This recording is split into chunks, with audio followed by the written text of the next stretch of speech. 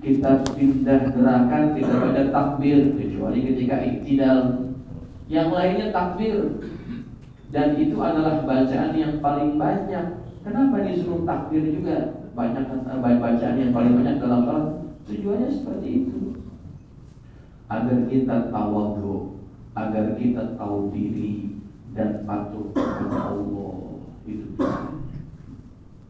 hadirin, ada suatu survei yang dilakukan untuk memotret bagaimana keadaan umat Islam dalam pelaksanaan kewajiban agamanya.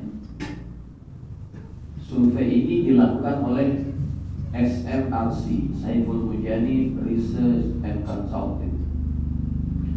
Dilakukan dari tahun 2024 sampai 2026. Dilakukan kajian, hasilnya adalah orang muslim yang puasa Ramadan itu hanya 65%. Selebihnya wirid, gak puasa ataupun banyak bolongnya.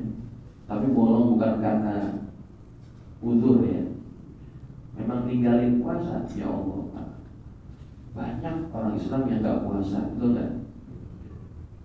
Saya waktu Ramadan itu ngajar setiap hari Selasa siang di Pedurenan, Masjid Raudhatul Falah, belakang Kuningan City ataupun Ambassador. Kan di belakang itu banyak restoran, Pak, banyak tempat makan, Pak. Iya kan? Kalau kita ke belakang tuh, dari Ambassador ke belakang itu tukang makanan mulu, Pak. Siang-siang bulan Ramadan nggak ada yang tutup, dan banyak yang makan, dan yang makan banyakkan orang laki. Kalau perempuan sih mungkin kita paham, dan mungkin dia lagi haid. Ini yang laki pada makan siang-siang. Coba itu, lihat bagaimana kepatuhan seseorang kepada Allah begitu rendahnya. Tahun 2019 ada satu kajian lagi. Kaum muslimin yang sholat 5 waktu secara sempurna, lengkap satu hari, 5 kali sehari, itu yang sholat 5 waktu hanya 35%.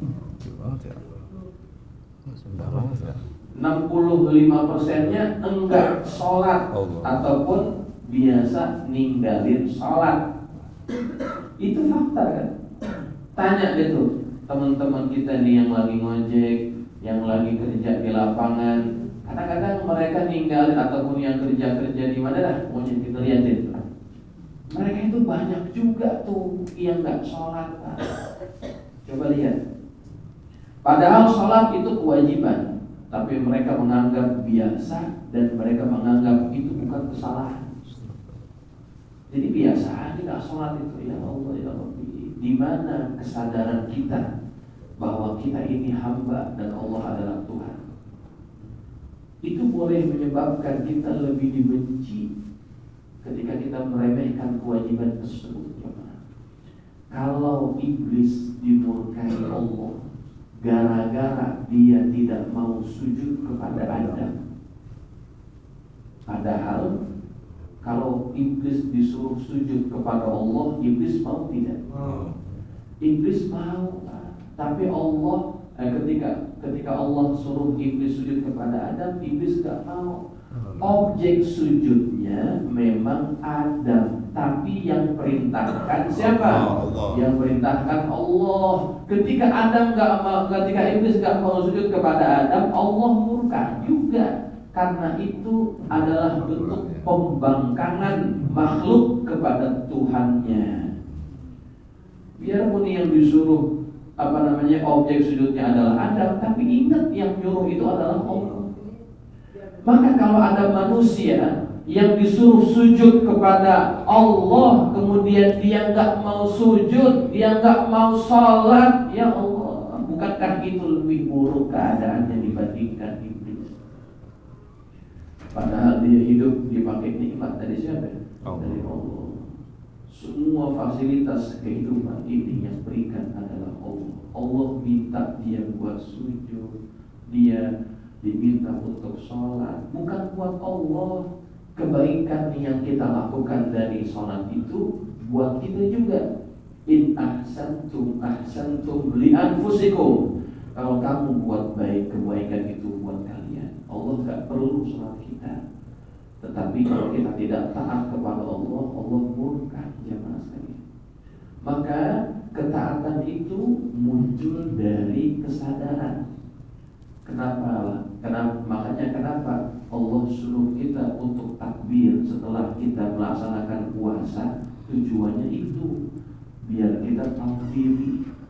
Semakin kita menyadari siapa kita, siapa Allah, maka kita akan semakin takut kepadanya. Itu yang diharapkan pasca Ramadan, keberlangsungan amal ibadah kepada Allah Subhanahu wa Ta'ala.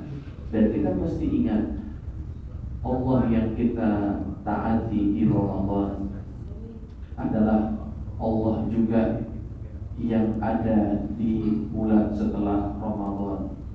Maka jaga ketaatan kita setelah Ramadan ini seperti mana kita menjaga ketaatan pada waktu bulan Ramadan.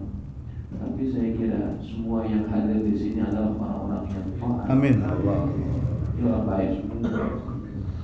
Ngajarin begini sama orang-orang yang baik sebetulnya ya memang makanan gua nih.